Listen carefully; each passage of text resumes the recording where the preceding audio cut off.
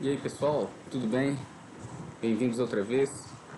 Vamos aí para a segunda parte da nossa aula, continuar com o tratamento do modelo de solo em sua versão completa, com tecnologia, com crescimento populacional e depreciação, né, em mais uma aula destinada ao curso de Ciências Econômicas da Universidade Federal de Juiz de Fora. Eu sou o professor Lucas.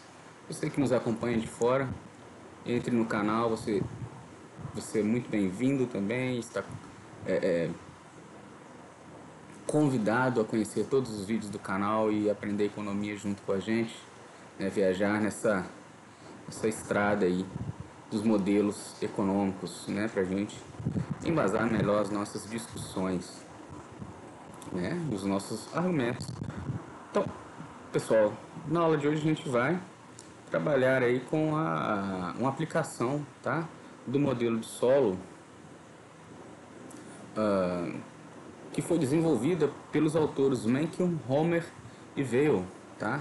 Um artigo muito famoso de 1992 que chama Uma Contribuição para a Parte Empírica do Crescimento Econômico, né? Eles pegam um gancho do artigo de Solow de 56 que tinha o nome Uma Contribuição para a Teoria do Crescimento Econômico. Eles nomeiam intitulam o artigo Uma Contribuição para a Empiricidade, né, o empiricismo do crescimento econômico. Um artigo que ficou muito famoso também na área, conta com mais de 20 mil citações segundo o Google Scholar. É citação a perder de vista. Um artigo ter 20 mil citações é completamente espetacular. Tá? Eu vou disponibilizar esse artigo para os meus alunos, mas ele se encontra disponibilizado na internet, aberto. Basta que você faça uma procura aí no Google, né? Pelos termos MRW 1992, sem os parênteses, você já vai encontrar esse artigo também, livre para o download. Bom, o artigo tem várias aplicações, pessoal. Vários testes estatísticos, várias discussões. A gente vai centrar aqui no que ficou conhecido como cross-sections da teoria do crescimento econômico, ou regressões seccionais da teoria do crescimento econômico, ou regressões na média da teoria do crescimento econômico. Essas várias nomeações, né, denominações aparecem. E nada mais é do que a gente partir de uma fundamentação teórica, né, que no caso é a teoria de Solow e de ramificações dela, para chegar a uma equação de teste, estimar essa equação de teste com os dados reais, verificar se as hipóteses dos modelos teóricos são suportadas pelos dados. Então a gente vai ficar nesse contexto, tá bom? O nosso objetivo aqui é mostrar para vocês como a gente sai de uma equação do estado estacionário do modelo de solo com tecnologia que a gente derivou na aula passada. Vocês podem buscar a parte 1 dessa mesma aula aqui, tá bom? E na qual a gente mostra como esse estado estacionário é alcançado. A partir dessa equação de estado estacionário a gente vai chegar em uma equação de teste estimável, né, com modelos de regressão dos mais variados, certo? Então, olha, a gente sai aqui, olha, da equação do estado estacionário do modelo de solo. O produto do trabalhador efetivo é nada mais nada menos que S dividido por N mais G mais D elevado a alfa sobre 1 menos alfa. Mas a gente sabe que o produto no estado estacionário ele é encontrado por seu nível em termos de trabalhador efetivo, né? Então, o produto per capita é Y sobre L igual, né? Você passa multiplicando esse E para o lado direito dessa expressão, né? O produto per capita é, então, o nível da produtividade vezes aquele termo que a gente já tinha aqui de cima, né? Já era conhecido. A gente vai querer agora, pessoal, encontrar uma expressão para o nível da produtividade em cada instante do tempo, tá?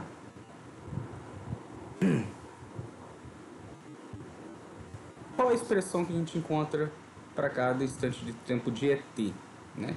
A gente parte da definição que nós demos para a taxa de crescimento de ET. Nós vamos sair daqui para chegar a uma solução dessa equação diferencial ordinária para o E. Tá? Nós queremos encontrar E sabendo a sua taxa de crescimento. É muito simples esse raciocínio, pessoal. Olha, se você está no ramo das equações diferenciais, né, no ramo contínuo da matemática, uma variável que tem uma taxa de crescimento constante, a sua solução é simplesmente o seu valor inicial vezes o exponencial dessa taxa de crescimento, que no caso é a g, vezes o tempo. A gente vai encontrar exatamente essa solução que eu comentei para vocês, mas eu vou mostrar qual é o passo a passo. Tá? Na prática, a gente já pula toda essa etapa, porque ela é uma etapa intermediária. Tá? Mas como que a gente encontra a solução para o E, então, que vai estar lá no arquivo do Mentor, ele já vai jogar essa solução, vou mostrar para vocês como ele obtém, né? Você começa daqui, então, ó, parte dessa expressão e isola os termos que tem E do lado esquerdo e os outros termos do lado direito, ó. A gente chega aqui. 1 sobre E dE é igual a G dt. Agora, a gente tem dois diferenciais, né, em cada lado. Então, para a gente sair do diferencial para a função integral, né, a gente vai integrar cada lado, correto? A gente vai integrar. Aqui a gente tem uma integral muito simples, pessoal. 1 sobre E dE, a integral dela é ln de E, simplesmente. Ó. É uma integral muito simples, ela é elementar, né? Se você derivar dE aqui, derivar ela de novo, você vai ver que a derivada dela é 1 sobre E, que é a regra do log, vezes a variação em E, que é exatamente o que a gente tinha aqui. Mais uma constante, correto? A constante a gente vai vir com ela agora. A integral de g dt, g é uma constante para t, né? G é uma constante. Então a integral dela também é muito simples, ela vai da regra da potência, né? E no caso, ela vai ser simplesmente o que? gt, né? Já que g é uma constante, a função integral dela é gt, porque se você derivar no tempo essa expressão aqui, você vai voltar a ter g aqui do lado de cá, né? Aqui em cima. Então essa integral aqui é muito simples, uma integral de cada lado muito simples, tá bom? De ser aplicada. Então você vai ter ln de E é igual a gt mais c. O c é a constante que você aparece de um lado, aparece de outro, você condensa ela em uma constante só, uma constante de integração só. Então agora a gente tem um ln do E, só que a gente quer o E. Para recuperar o E, então nós tiramos o exponencial dessa expressão, a gente tomou o exponencial do logaritmo neperiano, que é exatamente a variável que está aqui no log, né? Propriedades exponenciais. O exponencial do logaritmo neperiano é a própria variável que está no logaritmo, é t. No caso aqui, você vai ter o exponencial de gt mais c. Do lado de cá, né? Toda essa expressão aqui vai ser elevada, vai estar no expoente do número natural, do e. Agora a gente vai separar, né? Como a gente tem uma potência com a soma, a gente vai aplicar a propriedade da potência, vai ficar um termo do lado de cá e o outro termo do lado de cá. Esse E elevado a C que a gente vai chamar de A. Então já está quase chegando na solução. Ó.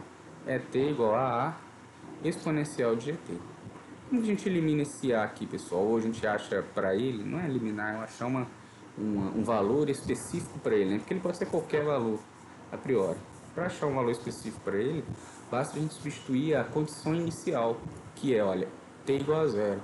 Substituindo t igual a zero nessa expressão, nós vamos ter E vezes G E elevado a G vezes zero, que dá zero. E elevado a zero, então, é 1. Então, E zero, ou seja, o valor inicial da produtividade é exatamente o A. Então, a gente substitui o A nessa expressão por E zero. E achamos isso aqui, que é a solução particular dessa equação diferencial. Aqui, ó.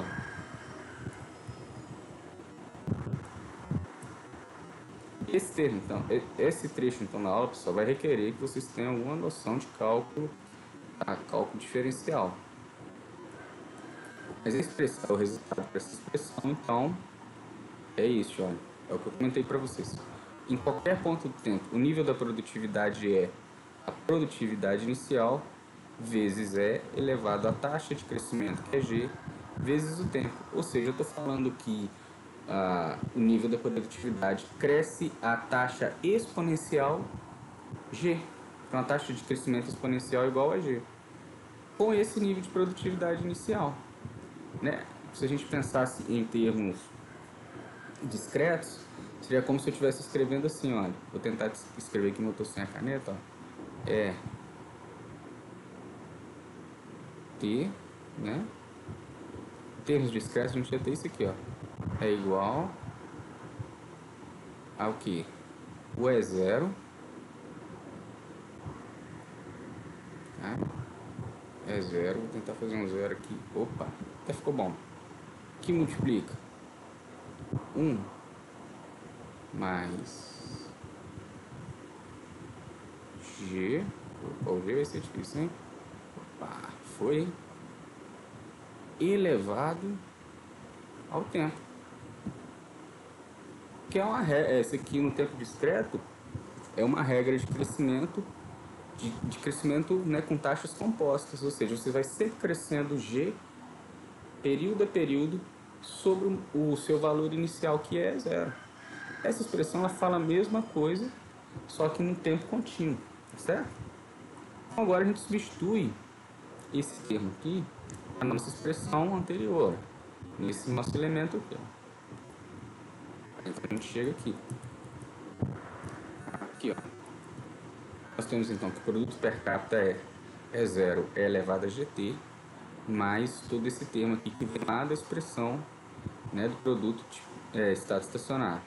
Então agora a gente toma o LN, né, da expressão, então nós vamos ter o LN do PIB per capita é igual a LN do E0 mais GT vezes LN de E é igual a 1 mais, né, toda a parte de produto aqui, ó, ela vira soma no logaritmo, né?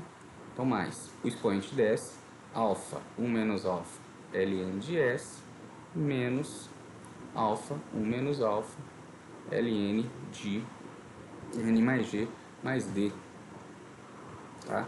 Aqui a gente aplicou uma regra de quando você aplica o logaritmo em um expoente aqui, você pode descer o expoente no logaritmo, aí ele vai ficar multiplicando ln de S dividido por ln de S dividido por N mais G mais D.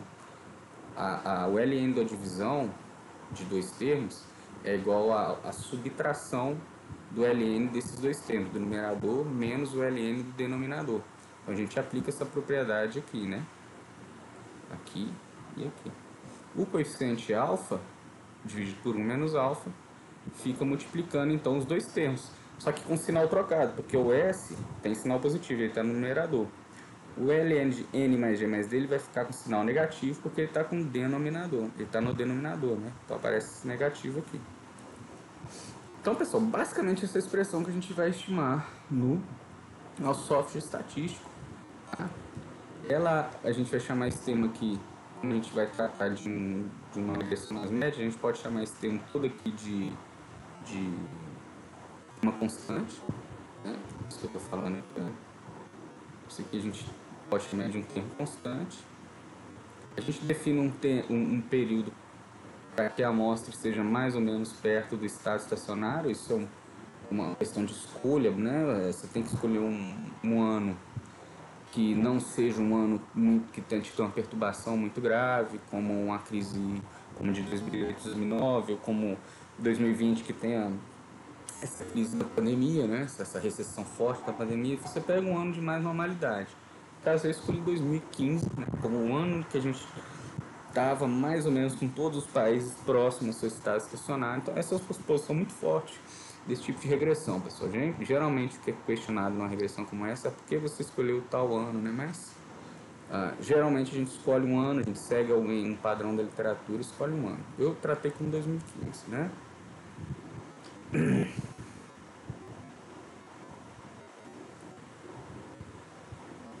O 2010, desculpa, né? O 2010 ou 2015. Na verdade, eu escolhi 2010 para fazer as regressões, tá? Estou vendo aqui no estimativo. Também é um ano padrão, normalmente utilizado. Tá? Esse termo aqui, todo esse termo aqui vai virar a constante da minha regressão. Tá? O alfa 1 menos alfa eu vou estimar.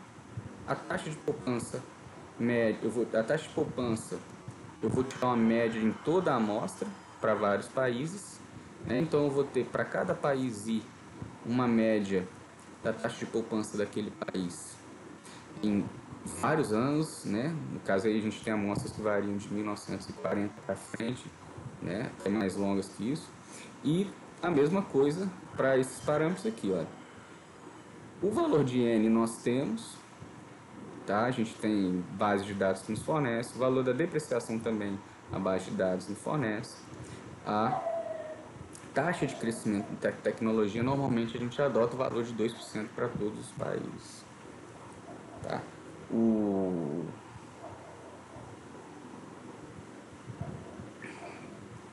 Sim, uma base de dados muito famosa, acabei me perdendo aqui no raciocínio, pessoal, mas o que eu queria falar para vocês é que uma base de dados muito famosa na área é a Penworld Table, tá? PWT. Procurem no Google por PWT. A última versão é a 9.2, até o momento que eu estou gravando esse vídeo. Mas pode ser que vocês procurem por PWT assistindo esse vídeo e encontrem já a versão 10 ou 11, porque essa base de dados ela sempre é atualizada, sempre a metodologia é revista, os dados são revistos, é uma base de dados muito confiável. Tá? Ela é informada pelos departamentos de economia, tá? da Universidade da Pensilvânia nos Estados Unidos, né? Então Penn World Tables, tá bom? Muito confiável. Então a gente vai fazer essa regressão aqui no eViews. Passamos aqui para eViews, então só um minutinho. Tá. Vejam bem aqui no eViews que eu tenho a taxa de depreciação média para vários países, tá? Eu tenho uma amostra de mais ou menos 182 países, aqui, da Penworld Table.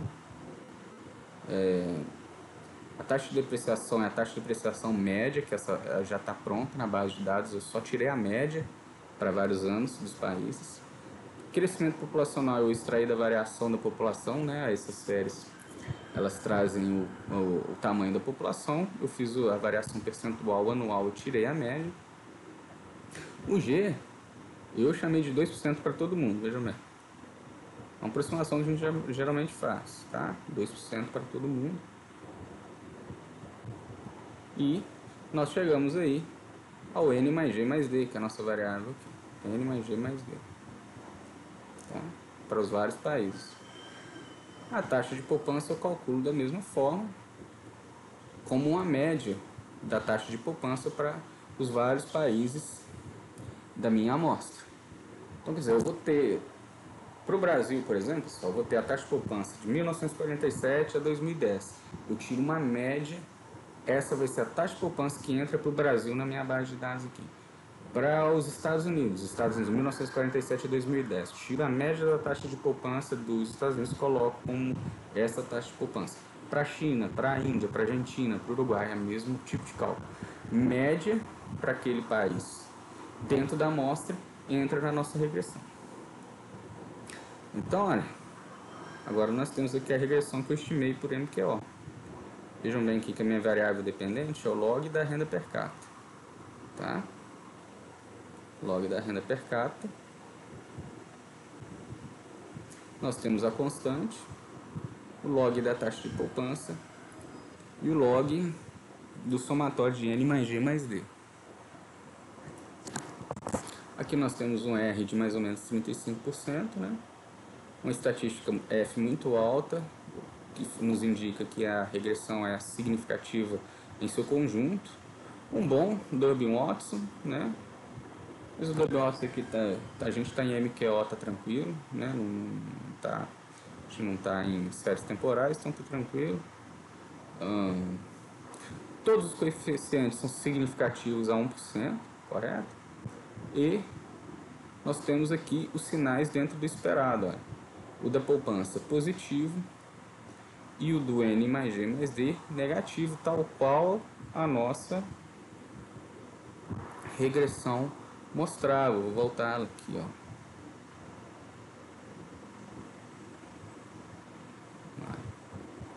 A nossa regressão supunha que esse coeficiente era positivo, né, por hipótese da teoria da poupança positivo, e o coeficiente do N mais G mais D negativo. Isso a gente encontrou, beleza. Então é um ponto positivo para essa função de produção como sendo uma boa aproximação da economia real. Porém, olha a hipótese que a gente está levantando com essa função de regressão. Os dois coeficientes deveriam ser iguais, né? Alfa só mudar iguais em termos absolutos, só mudando o valor do sinal. Vamos voltar aqui para a nossa regressão para a gente ver se isso foi encontrado agora.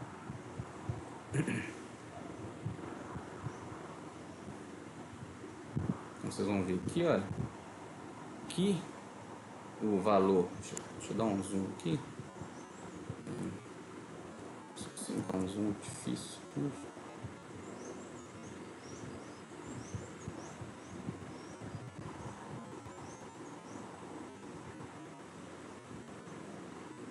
Eu não tô conseguindo achar o zoom aqui. Só um minutinho.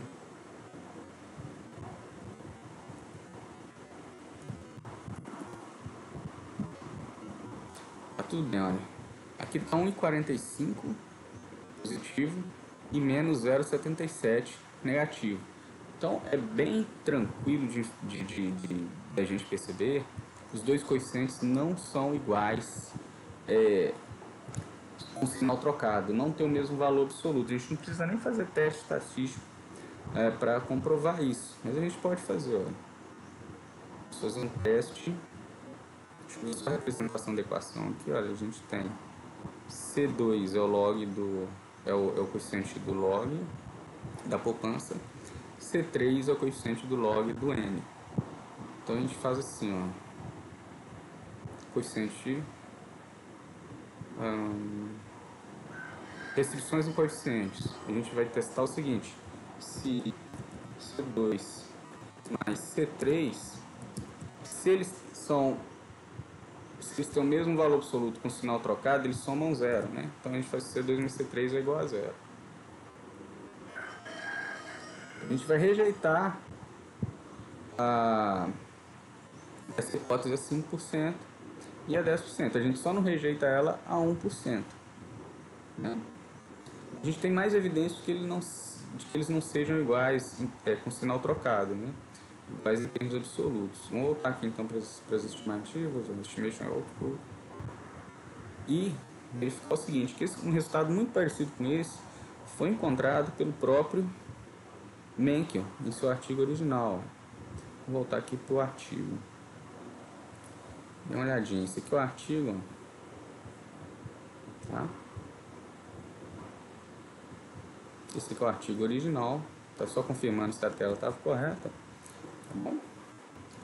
Vou mostrar para vocês aqui a especificação do modelo dele, muito similar à nossa, né? Ele só utiliza A ao invés de E, que a gente tem utilizado, que a gente está seguindo o trabalho original de solo. E aqui é a equação que a gente apresentou, né, no nosso manuscrito. É exatamente a mesma equação. Tá, pessoal? A partir daqui ele passa a especificação, né? E também uma constante, alfa 1 menos alfa ln de S, menos alfa sobre o menos alfa ln de N mais G mais D. Aqui eu consigo dar um zoom para vocês verem. Essa é a equação de teste que nós trabalhamos na nossa aula e no nosso reviews. Vamos ver os resultados que ele obtém. Passar direto para a parte dos resultados.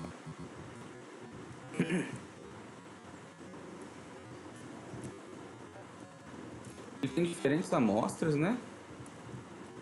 Aqui uma amostra com 98 observações que são países não produtores de petróleo, os países da OECD e os países de desenvolvimento intermediário.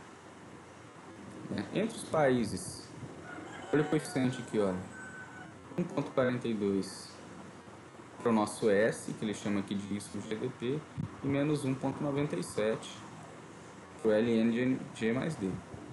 No nosso caso, a gente encontrou resultados, deixa eu confirmar aqui, 1,45 e menos 0,77. 1,45 e menos 0,77. Então, o nosso coeficiente de NG mais D foi mais próximo desse aqui, né? Desse 0,76. E a gente encontrou o coeficiente de 0,45 para o S, que está dentro das estimativas do próprio Mencken, tá certo? Está dentro dessas estimativas. Só que quando ele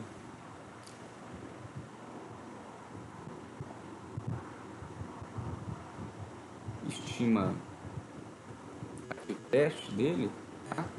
Ele encontra que a restrição de que os coeficientes são são similares, né? De que os coeficientes são similares, ele encontra P valores mais testes não significativos, né? Ou seja, ele confirma essa hipótese. Os P valores, né? Esse é o P valor do teste de igualdade de coeficientes, olha. Então ele não rejeita a hipótese. O que ele argumenta, contudo, é que o alfa implicado pelas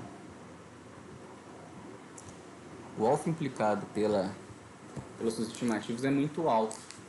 Então ele introduz aí a hipótese da regressão está faltando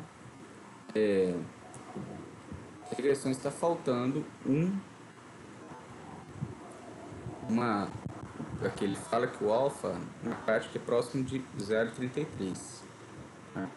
Só que as regressões dele estão dando alfas aí maiores, exceto esse daqui que deu um alfa bem próximo, né, para os países da OCDE. Para a amostra completa, o alfa implicado está muito alto, em torno de 0,6. Ele argumenta que isso pode ser gerado por uma variável contida, né? E ele sugere que essa variável seja o capital humano. Então ele propõe introduzir o capital humano na regressão do solo, tá?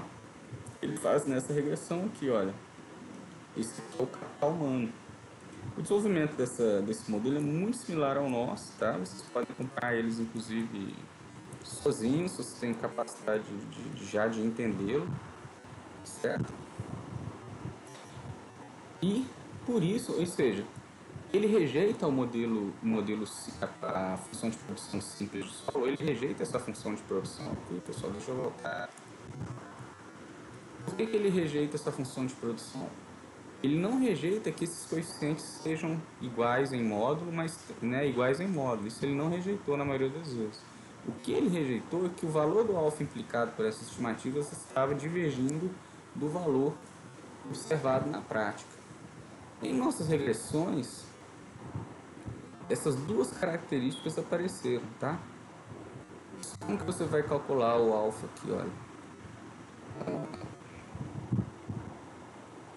Você vai pegar o 1,45, por exemplo, e igualar isso aqui a alfa dividido por 1 menos alfa. Você vai ver que esse valor vai dar diferente de 1/3, tá? Encontrado na prática. Além disso, a gente rejeitou que os coeficientes sejam iguais em termos absolutos, né? Então, essa é mais uma suposição para nós adicionarmos uma variável adicional no nosso modelo. Ou seja, o que a gente rejeita aqui é que a função de produção do modelo de solo mais básico, ela não é muito adequada para as análises empíricas, tá? Para a análise empírica é interessante você adicionar, por exemplo, capital humano. Quem sabe uma outra variável relevante, como o indicador institucional, que algum indicador de qualidade das instituições políticas, das instituições legais, que a gente já discutiu em aulas passadas, tá certo? Mas não estamos rejeitando as hipóteses centrais de política do modelo de solo. A gente só está mostrando que, empiricamente, para a gente ter uma coerência maior do modelo com os dados, a gente precisa adicionar uma variávelzinha a mais, correto? Aí o modelo se ajusta, foi o que o trabalho de Mencken, Homer e Weil mostrou, que quando você adiciona o capital humano, né, na função de produção, o ajuste aos dados é muito melhor, né?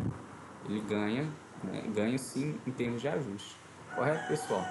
Então, eu trouxe essa discussão a mais para vocês, para mostrar aí alguns meandros, né, da discussão, da discussão técnica, em termos de, né, do crescimento econômico. Ela tá, né, é um ramo muito ativo da pesquisa econômica. E eu espero que, né, como eu mostrei para vocês, que com as nossas aulas vocês tenham acesso um acesso facilitado a esses artigos mais técnicos, né, essa discussão mais técnica. Com as aulas que nós estamos tendo e com as outras aulas que a gente tem de econometria, de macroeconomia 1, 2, de microeconomia, de economia internacional, a gente vai aos poucos podendo chegar a essa discussão mais técnica, né? Mas é muito importante que a gente tenha, né, esse contato, que a gente tem esse material aqui disponível para vocês, tá? E que vocês utilizem esse material da melhor forma possível, que é qual, né? Peguem isso que a gente está passando para vocês, repitam em casa, tá certo? Repitam em casa todos os cálculos que a gente ensina. Isso vai trazer, vai mecanizar a forma de raciocinar em determinadas áreas do conhecimento. Quando você naturaliza isso, fica muito mais fácil entender o que os autores estão conversando e estão apresentando, correto? Então, espero ter contribuído para vocês com essa aula, para mostrar que o que a gente estuda na sala de aula está ali em contato, né, direto com o que é discutido nas grandes rodas de economia, tá bom? Então, é isso aí. Fiquem bem, me despeço e até a próxima.